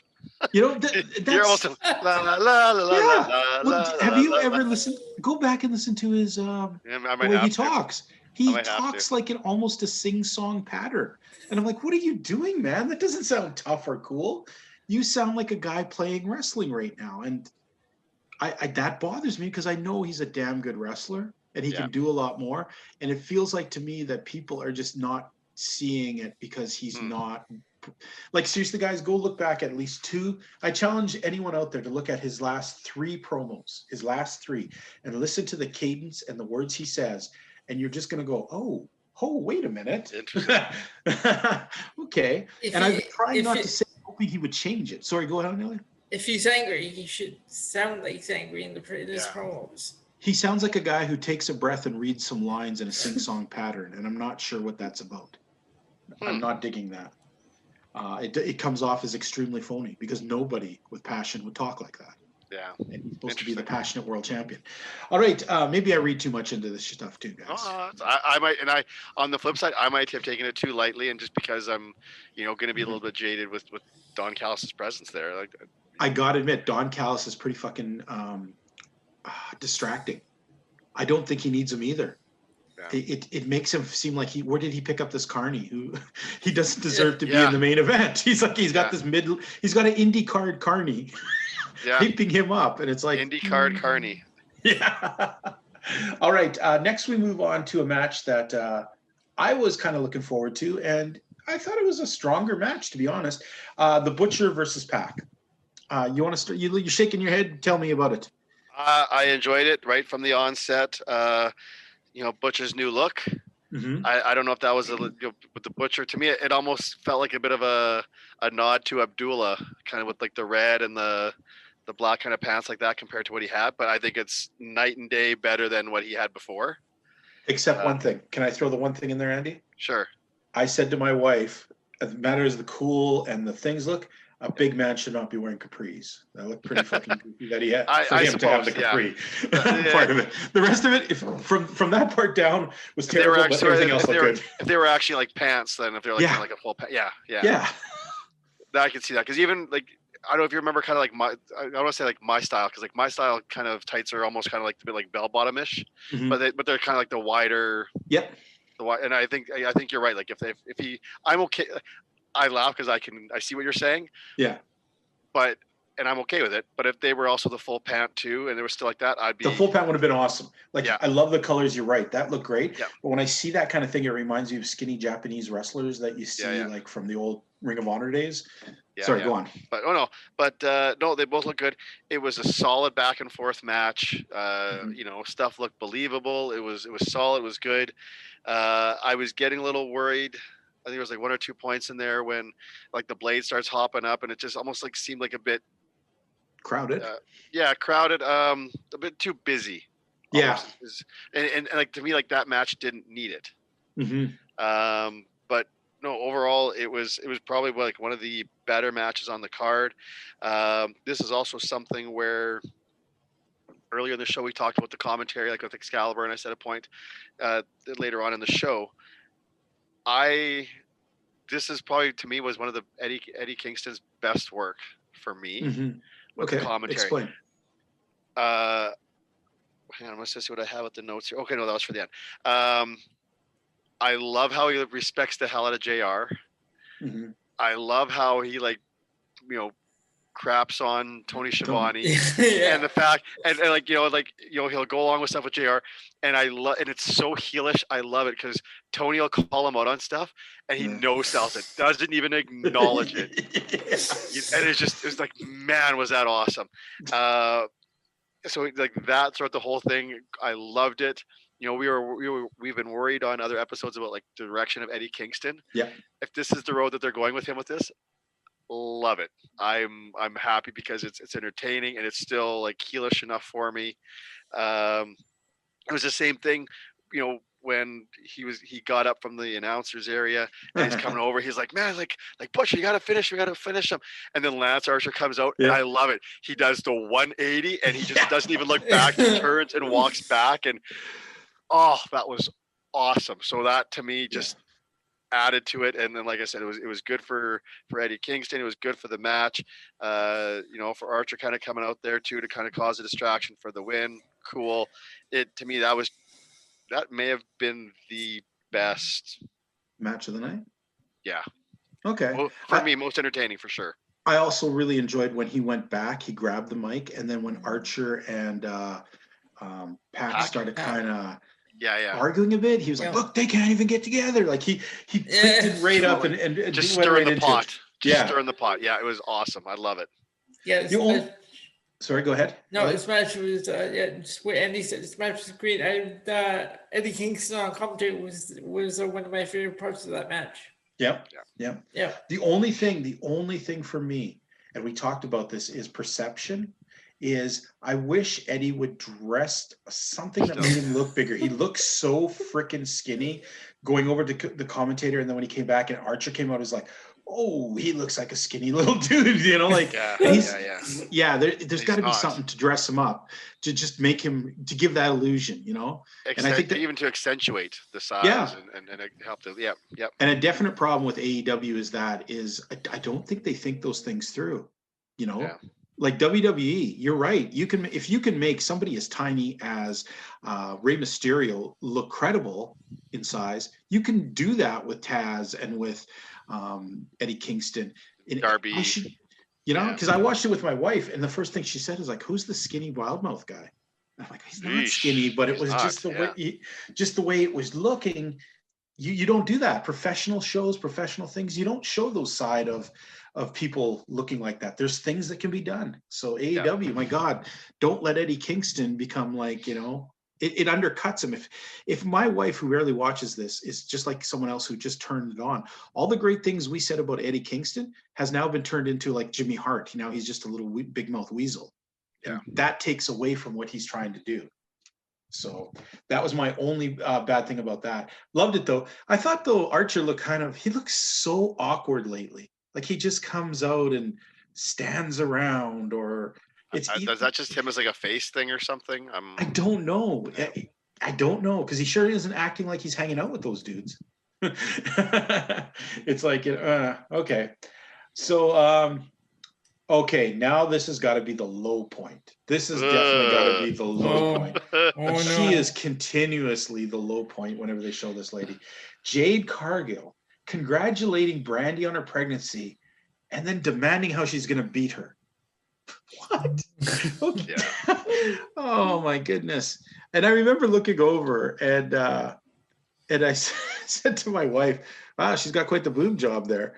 And my wife went, well, you think she'd at least get a better looking boob job because it's not a very good one. Wow.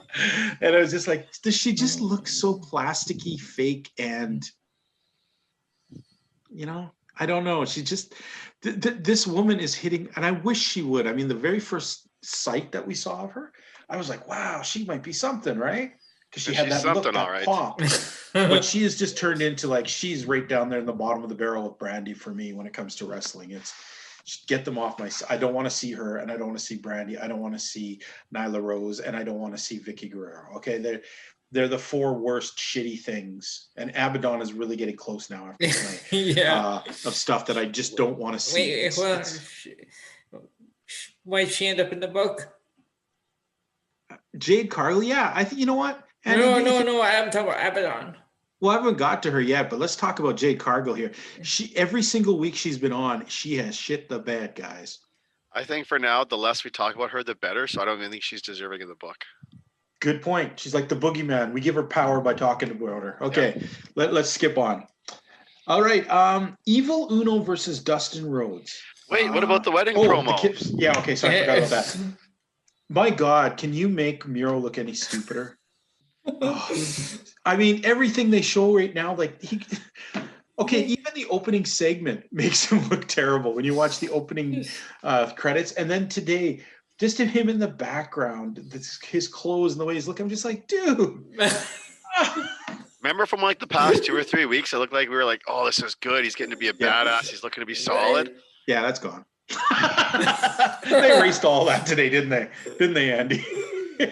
I hope, as they were talking, as this segment was going on, I hope that in the end, because you know something always happens in these weddings, right? Yeah. I hope Miro just turns on them and just destroys it. That would make me so happy. And it just like it really meant nothing. It did nothing, except it made Miro look silly again. It made Kip and what's her name? Penelope Ford, yeah. you got to think that if there was no Penelope Ford, we would not be seeing Kip Sabian. He is so bland and so bottom talent that if it hadn't been for his super hot girlfriend in leather pants, they wouldn't be in the card. And why Miro hooked his wagon up to these two losers, no idea. I don't. Tony Khan, you're not rehabbing him. If anything, you're scraping him lower. Yeah. You know, Devaluing further. Now, next, I got to ask Andy about this one. Evil Uno versus Dustin Rhodes. I'm going to say I liked the match. And I think, it was good for what it was. I mean, it wasn't a heck of a lot of stuff. For a kind of a slobby dude, Evil Uno does some pretty cool stuff in there. Yeah. And Dustin always wrestles very believable. Yes. Now I know Tony Diaz has been very down on Dustin Rhodes' his painting. But yeah. I'm sorry, for him it works. I think it does. I think without it he looks extremely old, and I think with the full face makeup lately he looks kind of silly. This half and half thing really works for him, and I've been impressed with Lee Johnson a little bit. I seen him on Dark the other night doing some stuff. I can see why they added him to the group. Okay. But I don't see why they're giving him and Dustin, like main event, like the big show things when they should be staying down for now. What did you think of this match, Andy? Overall, I thought it was a decent match. I didn't mind it. Like you said, Dustin's always solid, credible. Evil Uno, I've enjoyed him from day one. Again, like he's like one that outside of AEW, I didn't really know anything about him. So even for kind of a bigger dude, I think he moves well. I like his work. The only thing is, like I get there's a little bit of a thing here with Dustin and the 7 thing. Yeah. I don't know how much of a program this is, but if this was it, this was it. I would have liked to have seen Evil Uno get the win. Because it's like, okay, it's cool. Dustin did this and what I mean, if this is an ongoing thing, but I don't think Dustin would have lost anything by losing, and I think it probably would have helped Evil Uno. I agree, and it's definitely like, Dustin seems to like take the bucket load of shit they give him and polish it into gold every time he's out there. Yeah. But man, they're really stretching it with this storyline. He got super, like, he's super mad that he insinuated he'd be a character that he walked away from years ago. Didn't even do a match. Yeah. There's a bad stretch there. You're right, though. I think it would have furthered a better storyline. I don't know, though. Do we really want? Hands up, who wants to see the Dark Order versus the Rhodes family? Well, I don't think it would. Yeah, I don't think it would. Yeah, I don't know. Because they had Lee Johnson come in. They had some of the other members come in. Yeah. Is that what this is setting for? God, I hope not. I don't know. Because what about Shaquille O'Neal? Yeah, but he already said he wasn't even going to wrestle, but despite the fact she who will not be named said that he called him out.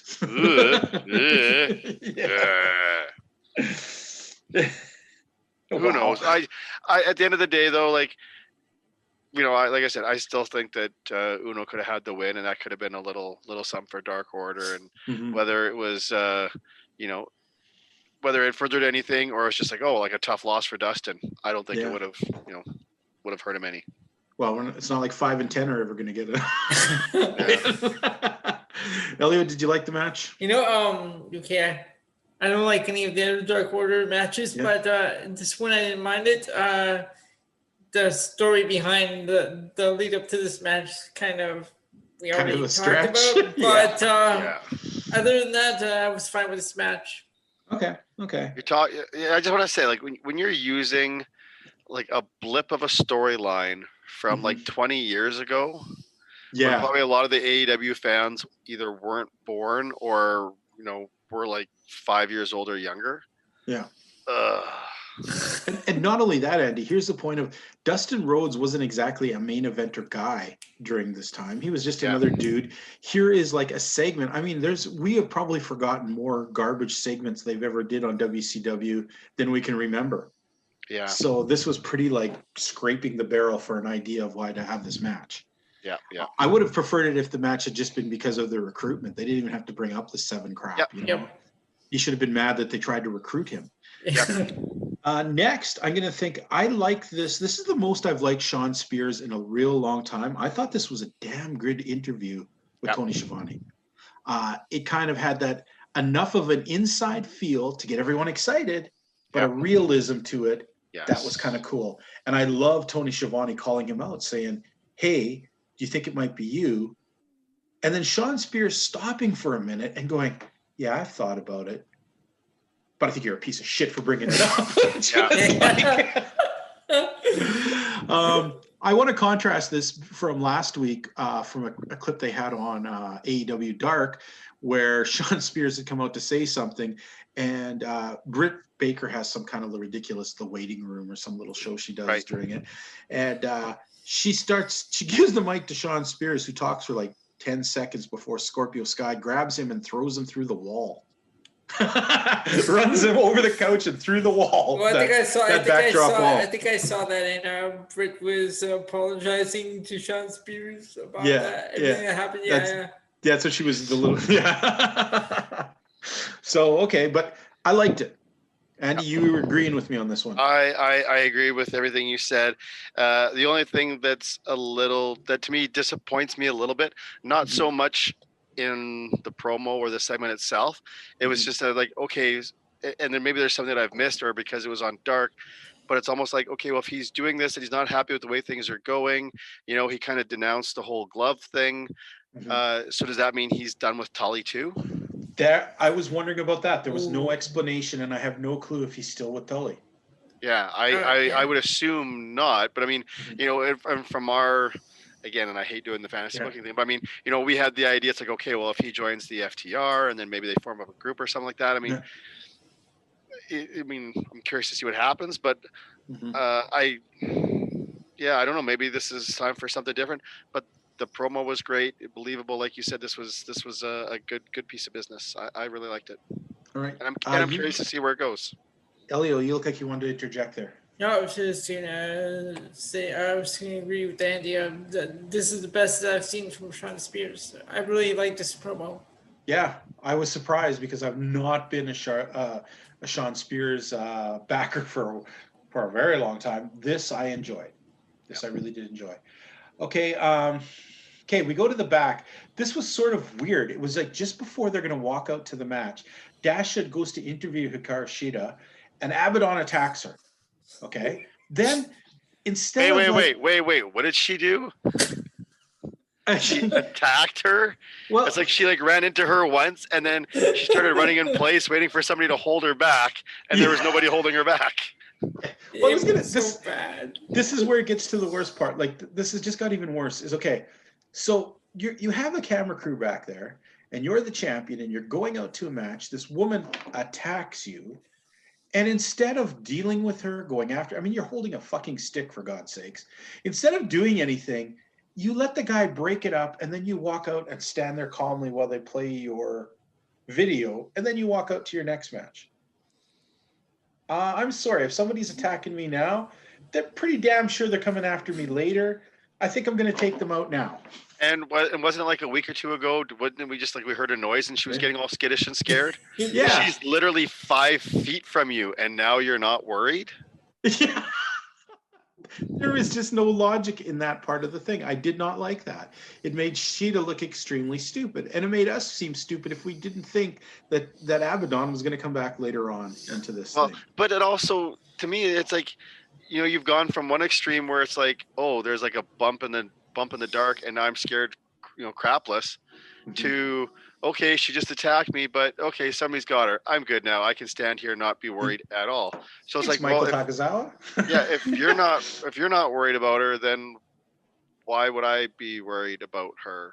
Because apparently she's not much of a threat.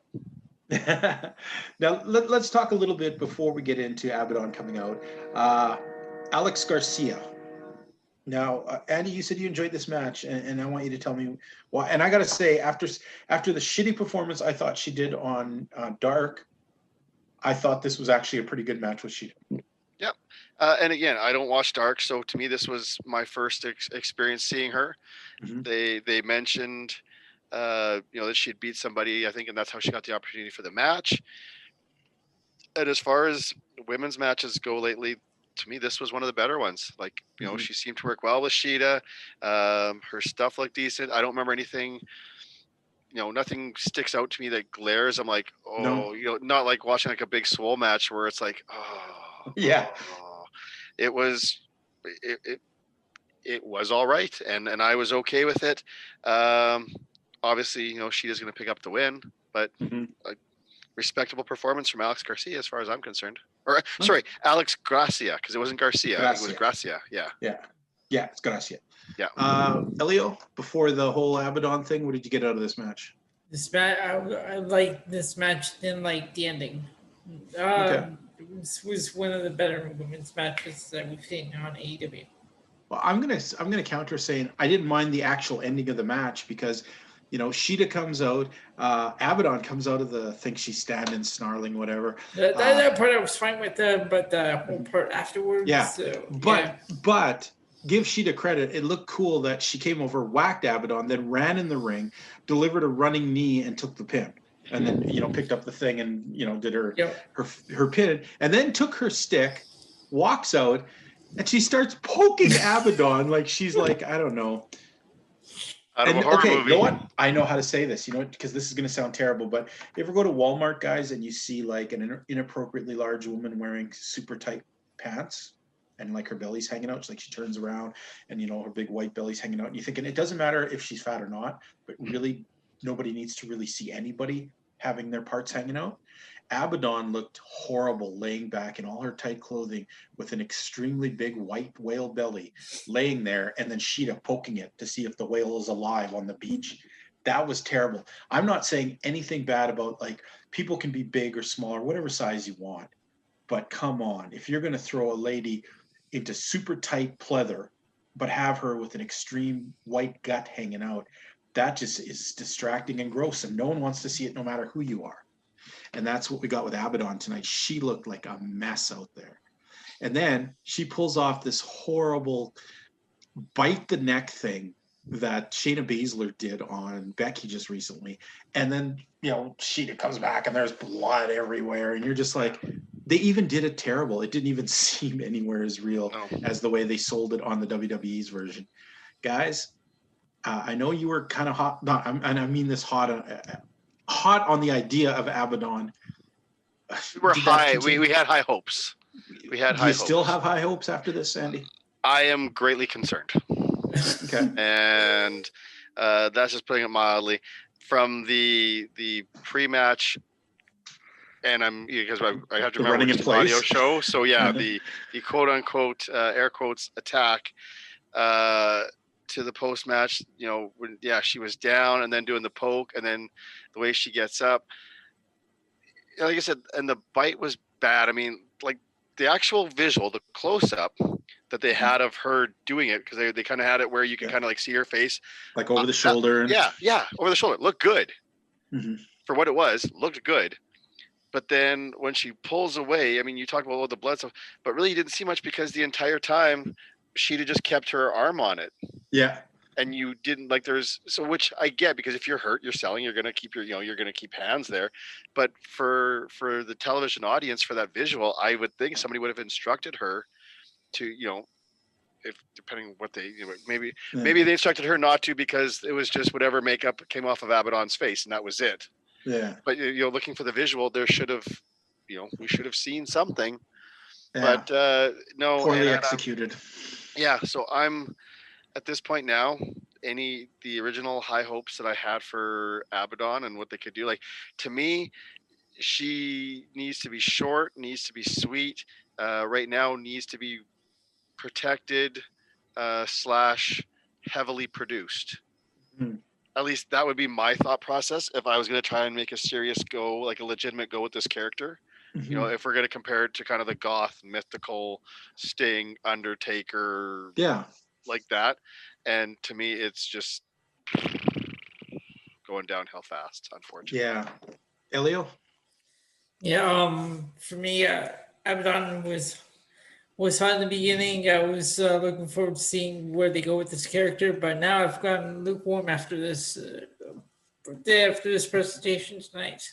Well, I think problem too here is we had saw small bits of her where it made you wonder a little more, Yeah. but it was just too much of her. She was exposed tonight, and there wasn't any actual pop behind what she was doing. So in the end, it came off as just an inappropriately dressed woman, not really doing a really good job here. It was very amateurish, and once again, I feel bad for Sheeta having to carry someone who is obviously a weaker competitor, a weaker performer. She's now going to have to carry Abadon into some kind of match. So Well, you know what? You can say that at the same time, though. Like at least from my perspective, the potential that was there with Abadon, even if she wasn't, even like, I mean, again, because we don't really know how she is as a worker. That's true. But for what the potential was with this character, if it was, like I said, booked properly, booked safer, to make her look like more of the monster that they wanted to be. Because other than the way she looks, like there's nothing really. Yeah, she doesn't do any great moves. She doesn't do anything. No, but even from like the attacks, and you know, last week, you know, you were against the, okay, she took the one kendo stick shot and then went down. I was okay with that, because to me, at the same time, you know, you're like, well, if they beat the hell out of her, but that's the type of thing to me where it's like, if you beat the hell out of her right off the get go, then what do? You know, it's like one of those things. It's like, okay, she took the one shot, and most people would sell or whatever, and I was lenient with it because it was like something simple. She popped back up.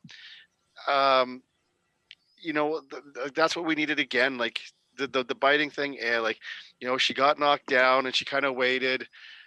It's just, you know, and I'm always one where if I'm going to be critical of something, I'd like to offer suggestions off the top of my head. Like this would be something where I wouldn't mind sitting down and it's like, okay, how can we come up with some better presentation for Abadon? How can we make her, you know, protect her and make her look like more of a monster, more of a credible threat that we have to, you know, that Sheeta needs to be worried about, because she's gone from being super scared, like I said, bumping during the promo, and she's getting all skittish, to like this, which is nothing. Yeah, she's running after the monster now. Yeah, like, well, who's the real monster here? Who's scared of who? Well, you know, I think you brought up a very, very good point. And I think what they should have done is they should have produced her better in the beginning. They shouldn't have unleashed her on Sheeta yet. They should have dragged out the scary things. They should have showed films of Abadon doing stuff. Vignettes, something where we got a better thing. I am going to disagree about the kendo stick thing, because what they could have done is she got lucky and hit her one time, you know, beat her a few times, got up, but then later on, Abadon never gives herself the position of getting hit a bunch of times with a kendo stick. Right. And, you know, that could have worked a lot, because I really do think, and, you know, I talked to Tony, and Tony saw it this way too, is he said, yeah, it just made her seem like she was just a chick in the makeup. You whacked her once in the head, she went down. Okay, it's cool she got up, but that one shot to go down tells you we've seen a gazillion wrestlers take, you know, a few kendo stick shots before going down. It just, in my mind, it took away the illusion of this was the tough monster. Oh, okay, she's a girl in makeup. Okay, you know, but definitely too soon to put her in there with Sheeta, at least in a match wise. There should have been a little bit of longer chase. If you want to make her a monster, produce it. Make her stalk Sheeta. Make her do more things outside of this, and make it seem like Abadon is a mystical character, not just a chick with weird makeup and two different color contacts, you know, because that's what this kind of exposed her this week as just being that. It's Hopefully like we can go around to this, but yes, go on. I know, it's kind of like to Sheeta's original promo about her, and you made the comment too, is like about the cosplay. Rather than being like a monster, rather than being a legit threat, you know, she said right off the bat, cosplay. And I was firm that no, this was gonna be something more, and it's looking more and more like, you know, the way they're booking her. You're right, like she's right, you're right. Like, and really, we got to give Abadon a little bit more of a costume up top. That's taken away from her look right away. She just looks like a slobby girl with makeup, and that's not cool in any kind of monster. She, you know, at least guys like some of the bigger monsters, they were big enough that even if they weren't the best physical shape, they still looked intimidating. She's short, small, and kind of fat, so that does not give her any kind of intimidating look. All right, let's go to the main event. Oh wait, we are supposed to be told that next week Jon Moxley returns. Dun dun dun. Dun, dun, dun, with the New Japan title? No. It's taped, who knows? Okay. The Acclaimed versus the Young Bucks. Now, before Andy tears apart the Young Bucks totally and eviscerated these two guys, I want to say more impressed with the Acclaimed rapping coming out. A little bit better, a lot better than last week's. Yeah. Although when I stopped and listened to the words, they're not really saying a heck of a lot. No. They had a slow start. The Acclaimed had a slow start in this match. It seemed like the Young Bucks kind of made them their bitches for the first half of this match. And I kept thinking, oh God, they're going to bury these poor guys already. However, halfway through the match, the guys came alive. They started, I could see these guys as a credible team later on. I could see them with a little more development that they could be, some interesting heels. But it just was, once again, it just seemed the Young Bucks dominated more portions of this match than I was comfortable with. What's the point of bringing in a new team? And this didn't give them any kind of rubber elevation. If anything, it put them in the bottom of the pecking order. And I do see some flashes of brilliance in the Acclaim, but just flashes. And we're not going to get that developed if you have guys like the Young Bucks just slap them around and do all their moves on them. Andy, what do you think of this one? You've been letting me go first, so I'm going to let Elio, because then Elio just, I agree. So I'm going to let Elio go first, and then I'll round her up. This week, the rapping was fine with the beginning. This team, after this match, I want to see more from them because we're not a fan. I'm not a fan right now, but I can see them starting to grow on me down the road. All right, Andy. All right. Contrary to popular belief, I am not going to tear apart this match. As I'm going to chuckle as I say this, just because, and I'm only addressing it because you guys addressed it. Yes, the rapping wasn't that bad off the start. The coming out.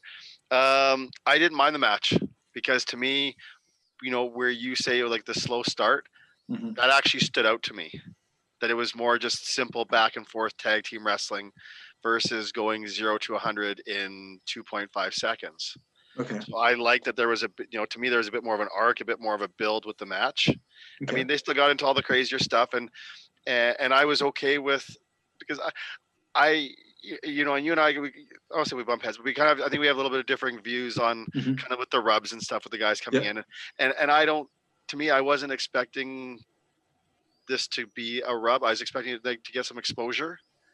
But to me, it was just made sense that the Young Bucks should have been like a 65, 35, 70, 30 type match. And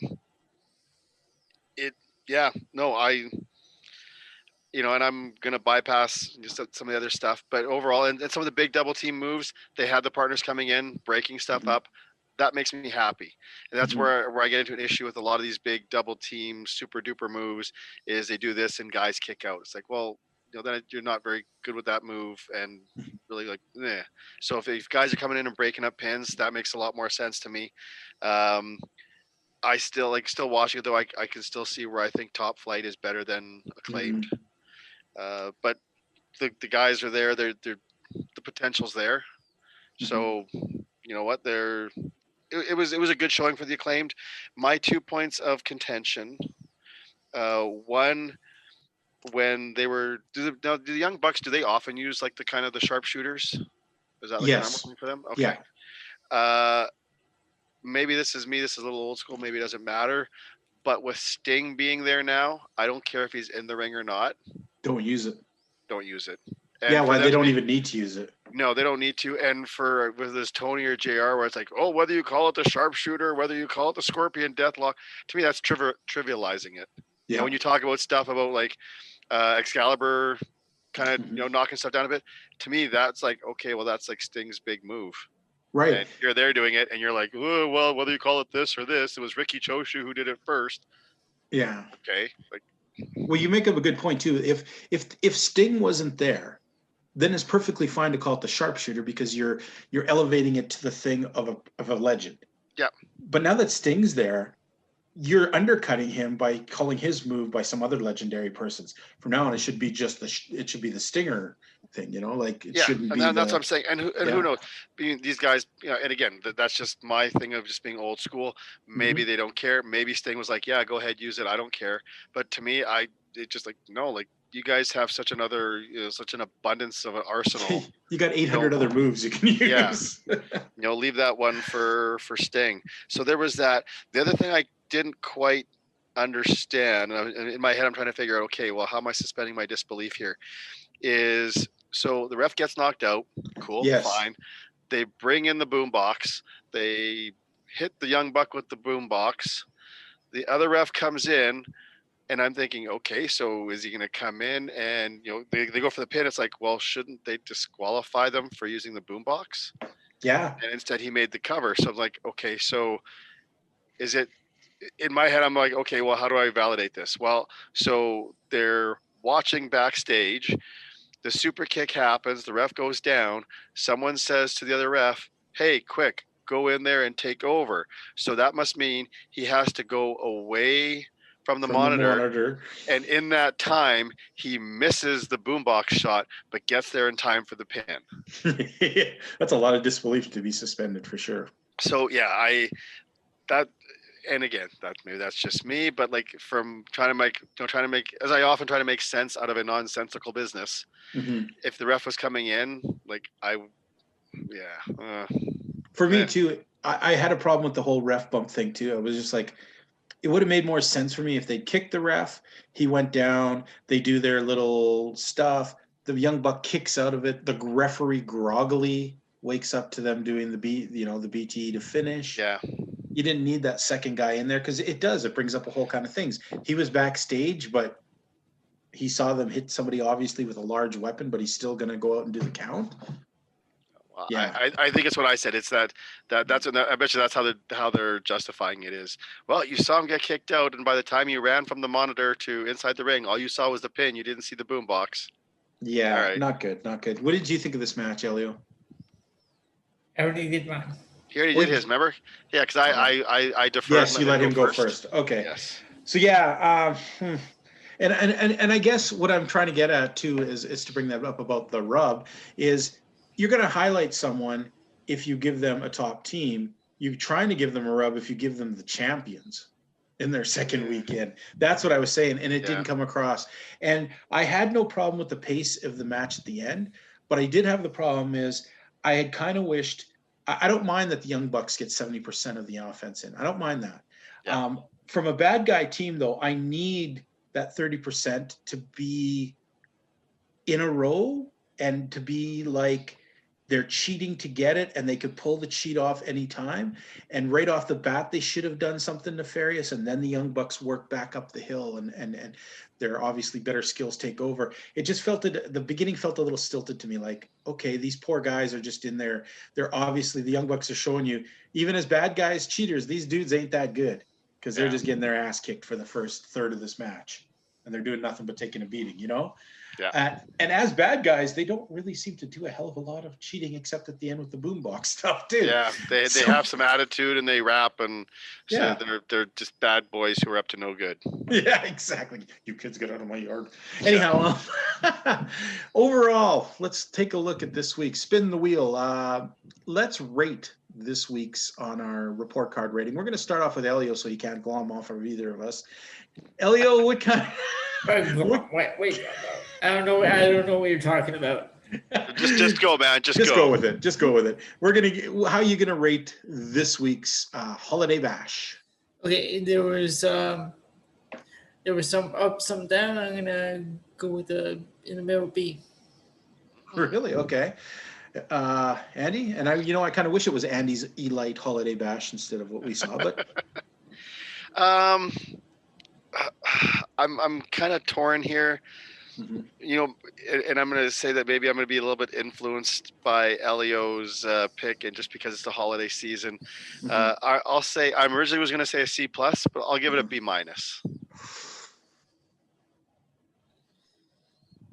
Wow, he's being very nice. I was going to give it a D, But I will give it the Christmas spirit, and I will give it up to a C. Okay. I just can't justify this as good as last week's show, and last week I gave a C. Yeah.